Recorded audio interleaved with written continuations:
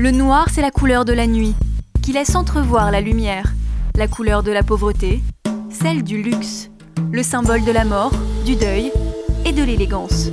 Une dualité qui inspire les artistes depuis la nuit des temps et un défi. C'est une couleur qui, quand on y pense, normalement n'accepte aucune modulation, aucune variation.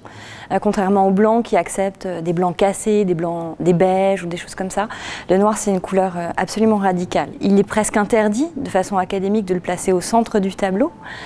Normalement, on met point lumineux au centre du tableau et du coup, effectivement, c'est un véritable défi. C'est un défi, mais c'est aussi un moteur, un aliment de la modernité.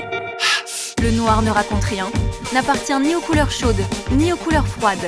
Il est plat, purement bidimensionnel, des qualités plastiques qui vont ouvrir la voie vers l'abstraction. Témoignage de ce cheminement, la Croix noire de Malevich, réalisée en 1915, l'une des premières œuvres abstraites au monde. Mais les envies monochromatiques sont bien plus anciennes. Exemple avec cette confrontation entre un portrait de Ribera du XVIIe siècle et l'Ultimate Painting numéro 6 d'Ad Reinhardt, réalisé en 1960.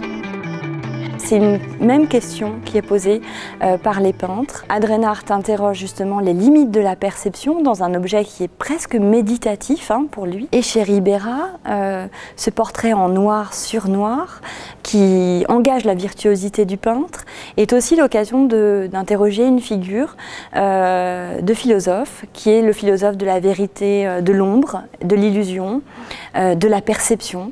Donc, même question que Reinhardt, mais à travers la figure de Platon. Le noir, c'est aussi la couleur qui recouvre le visage des mineurs et celle de tout le bassin minier. Alors célébrer le noir au Louvre-Lens, c'est aussi une manière de rendre hommage à tout un territoire.